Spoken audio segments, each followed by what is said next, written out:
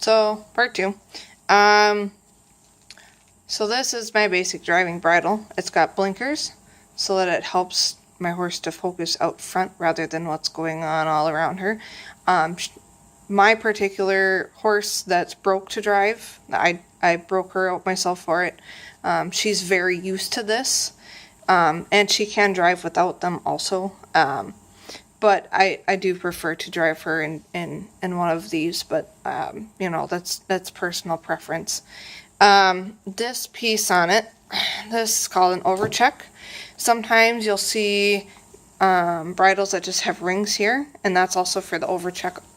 What this does, at least for driving purposes, this would go back and connect to her driving saddle, and it comes down, and that's what these are for. And what it does is I only have it tight enough to where she's carrying her head naturally, so it does not allow her to get her head low enough to be able to get caught up in the shafts of the cart or whatever, so she can't bend down and basically so she can't stop and graze and then get caught up, and then we have a disaster.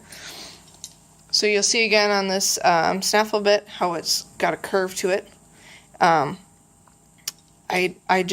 don't like to have a snaffle that doesn't curve.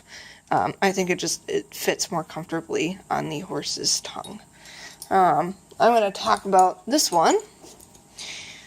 So this is also snaffle. This is a loose O-ring snaffle bit. So it slides. This is actually on my English bridle right now. I am not so far a huge fan of this. It's almost too thick. I'd rather have it be about this thickness, and I think I might just take this off for now and put it on my English bridle. The problem with this one, well, the general rule of thumb is the thicker the mouthpiece, the kinder, quote unquote kinder the bit is. Problem with one that's this thick, or even with the one I'll get to over there, is that if you have a horse with a small mouth, this can be kind of uncomfortable. So, I think the horse that I've been riding it with right now, it works okay, but I think she's just a little uncomfortable in it because I think it's just too thick. So, I might try her in this one. But anyway, so this is a really basic English bridle. So, let's see. It's got 2 parts to it. Generally, an English bridle will have the main part of it, and then I'll have this. And this goes over the horse's nose, and I am totally blanking on what they're called at the moment. But this goes over the horse's nose and just under the chin. I personally don't have this tight enough to help make it so my horse can't open its mouth. That's a big misconception. The horse can open its mouth just fine. It's just that this helps to break up the horse's face. It makes it look a little bit nicer. Sometimes, honestly, I just ride without it for the most part anyway. I don't think it's very necessary. And then these are just continuous English reins here. And then, this is a basic one-eared headstall, Western headstall. This is a D-ring snaffle that's got rubber over it. This is what I use on my big guy, my big colt. Works really well on him. He's got a big mouth, so something that's this thick works just fine on him. But he's a thoroughbred cross. But even this, you can see that it's got a little bit of a curve to it. This is really nice because if he chews on it, it's nice and soft.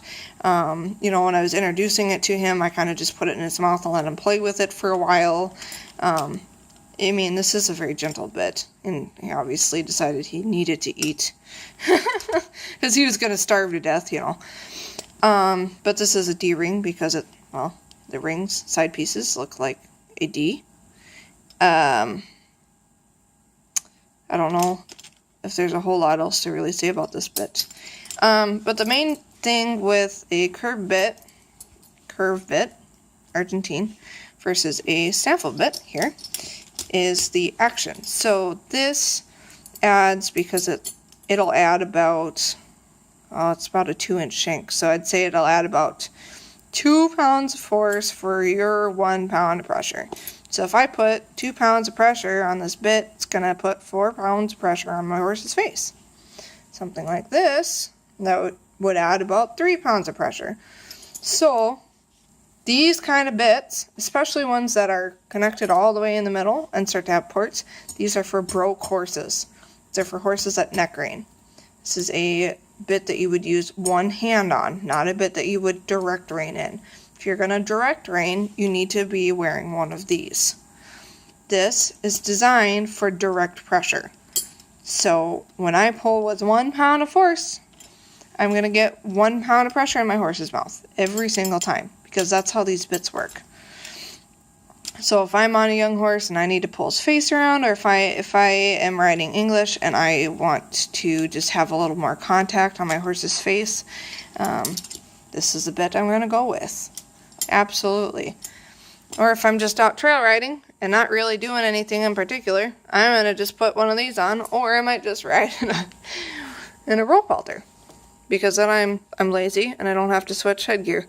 But, you know, it's whatever works for you, whatever works for your horse. And it depends on what kind of job you're doing. You know, if I'm going to go up on the road for any reason, or if I'm in a new place, I would prefer to ride with a bit versus something like this. Just because I want to have a little bit more oomph if something happens, or if I need to do a quick maneuver or whatever. But like I said, depends on the horse, depends on the job, depends on the day, depends on the horse's attitude that day, you know. But like I said, I mean, this is why I like these Argentine bits so much, because I can, when I'm doing lessons, and I'm going from a 7-year-old that is just learning how to ride to me just hopping on or whatever, I can have no leverage, or I can have a little bit of leverage. And my reins typically just have snaps on it, so I can just unsnap it, maybe, and re-snap it. That's all there is to it. So, yeah, I guess that's my spiel on bits and headpieces and headgear. I could go a little more into the English stuff, but to be honest, I don't know as much about that as I do some of the Western. My other thing I was going to say too with the halters is that no matter what kind of halter on, and especially rope halters, never, ever, ever, ever, ever, ever, ever leave a halter on your horse in the pasture. I don't care what the circumstances is. They do not belong on horses. Even I don't even like the breakaway halters on horses. And those are ones like this, but it has leather that goes over the earpiece. I don't like it. I think it's lazy. I think it restricts your horse's ability to eat and chew. And there's metal by the horse's face when it's playing with other horses, and it's just I think it's a big no-no. I mean, the big guy here, where's this one? He took me an hour and a half to catch him when we first got him. And now he comes right up to the pasture, or right up to the fence line every time. So there's ways to teach your horse, and I just don't think there's ever any reason to leave halters on horses. It's a really good way to get them hurt, to get ingrown halters, everything like that. No. If somebody's telling you should leave a halter on your horse, run away. But anyway, that's my spiel. If you guys have any more questions or want me to try and maybe go over some other type of bits, or have any questions or think I did mess something up, because God knows I'm not perfect, let me know. And yeah, anyway, now have a good day, I guess.